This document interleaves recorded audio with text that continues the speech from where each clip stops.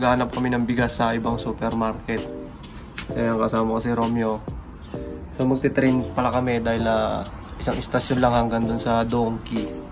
So malapit lang dito sa amin. Titignan namin kung wala na rin mabiling bigas doon o meron pa. So ayan guys, ayun na yung train na sasakyan namin. Yan ang local train.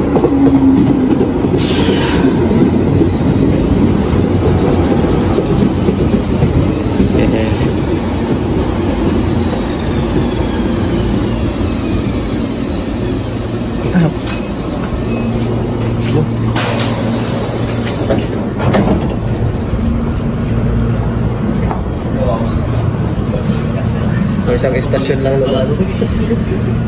So istasyon lang naman yung hihintuan namin.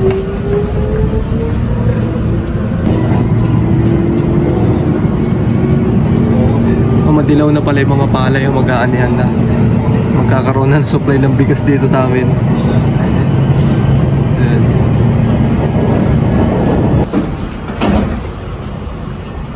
So exit. So yun guys, 3 minutes lang mula doon sa sinakyan namin. Malapit lang. So yun, mag-elevator pa kami para makakit doon sa exit. Nasa ilalim kasi kami.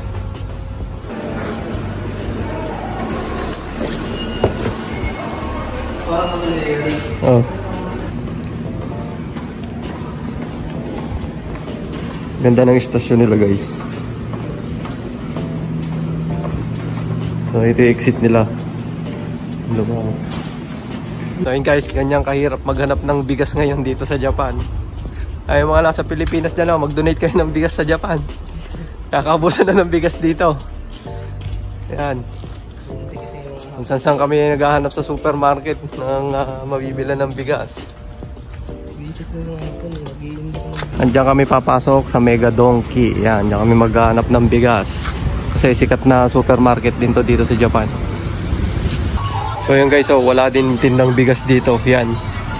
Bakante rin yung lagayan nila. Dati nakatambak dito yan eh. Tsaka dito nakakalat. So wala rin talagang tindang bigas dito sa Donkey. Kahit saan talagang supermarket dito, walang mahanap na bigas. Ayun, bili na lang tayo ng sabon. No, wala kami nabiling bigas guys. Ito lang nabili namin. Mga sabon. Yan po. Sabon. Kakain na lang kami ng sabon. Elevator tayo ba?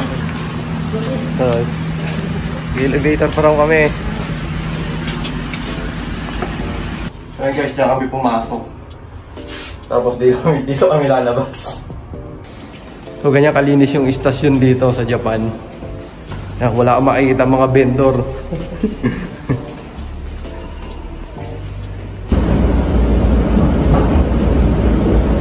Ayun guys, mag-aanihan na dito.